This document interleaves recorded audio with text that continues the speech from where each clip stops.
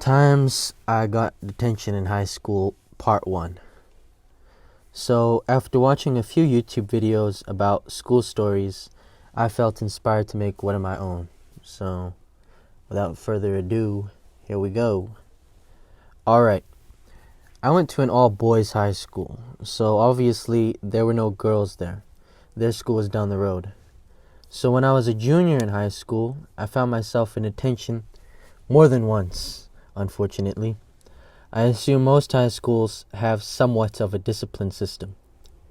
At my high school, there were different levels to punishment to fit the crime, So for a minor offense, like not wearing a name badge, you could get lines, which is where you copy the school's code of conduct, word for word on a piece of paper. It was time-consuming and boring. Anyways, at my school, every Friday, we would have class for like 3 hours. Then there was an assembly, and then a 30-minute break. My school assembly was quite the show, being that it was an all-boys school. It was kind of like a bunch of monkeys just yelling at each other. And whenever the deputy principal used to speak, everyone used to hum.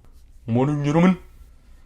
The following boys have Saturday detention. T.M. Satanda. M. Zulu. A.K. Naidu. Don't ask me why. It's just something we did all together in unison. After assembly, it was break time. Break time was a time for you to hang out with your friends and eat your lunch. Some people had hella nice lunch boxes packed by their mom. Some people had 100 rand to buy food from the tuck shop. Then there was me with some raggedy-ass sandwich that my stepmother made me. 2 slices of brown bread, butter, and lettuce, and occasionally there would be cheese. I tell you, my word is bond, I saw that woman spit in my lunchbox one time. Anyways, point is, I wasn't eating that food, so I'd normally give it away to the boys who were less fortunate than anyone, or I'd throw it away if they didn't want it. Now, I'd say that a Friday would be the tuck shop's most profitable day of the week. Some geographical context of my school: there were 2 campuses, an upper campus and a lower campus, kind of like a class system. The juniors were on the more worse-off lower campus, while the seniors were on the better quality upper campus. I remember one time when I was a junior, I was lost and walking around the upper campus at break time alone. And all of a sudden, one of these sons of bitches walks up and whacks my ass with a stick. I don't know why, just because I was a junior. Complete bullshit if you ask me. So after assembly ended and everyone was dismissed, there'd always be a stampede of small boys running as fast as they can to get to the front of the line at the tuck shop on the lower campus. So what I would do to get myself food was I would take orders from people in my class who had the big money, and save them the trouble of having to go through the stampede and waiting in the long line. Now, obviously, I wanted a generous cut for this service that I was offering, because it wasn't easy. By the drawing I've done of myself, know that I was quite small and skinny, and there were some big fellas who were in my school, big, fast, strong type fellas, I had no chance against them to get to the front of the line. So, I'd only get to the tuck shop after a long line had formed. That shit was disappointing, because I got people waiting for their food, and angry customers ain't good for business, So one day, I decided I had enough of going to this bullshit assembly that served no purpose to me.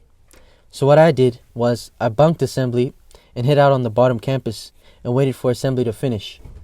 Then I would stroll over to the tuck shop and be in the front of the line before anyone else. I did this successfully a few times, and I was eating good. I had chicken pies, tramazzinis, jelly beans, brownies. I was eating good. Until one fatal Friday, I made a mistake. Eventually, after doing it enough times, you start to get a little bit cocky and think you can't get caught.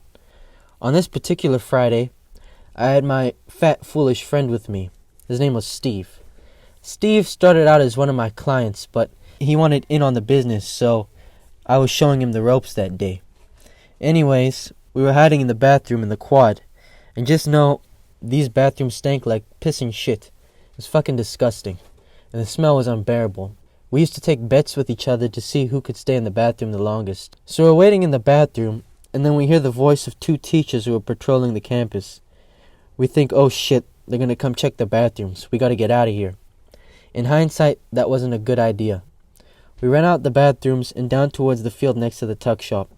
Obviously, the teachers must see us, but we don't see them, because we are panicking to find a hiding spot.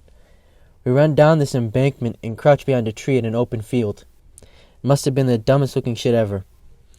This lady that was patrolling had a megaphone. She made it feel like we were playing cops and robbers.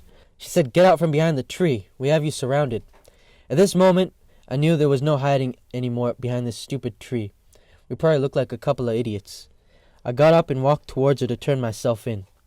At least there was nobody around to see this embarrassment I had gotten myself into, because assembly was still going on. So, she takes us to her class and books us both for a double after-school detention. I'd like to say I learnt my lesson and didn't bunk assembly after that, but when I got to the upper campus as a senior, it was still the same type of game, you know. And who says no to miss this opportunity? So I'd tell you what detention was like, but it wasn't really all that interesting. It was pretty boring, to be honest. I did get detention a couple more times in high school. I'll make a part 2. Please like and subscribe if you feel like you want to. I don't know, I'm not forcing you to do anything, just, do as you feel. If you feel like liking and subscribing, then maybe you should do that. I said, you motherfuckers is crazy. I said, I got to talk. I got to tell what I feel. I got to talk about my life as I see it.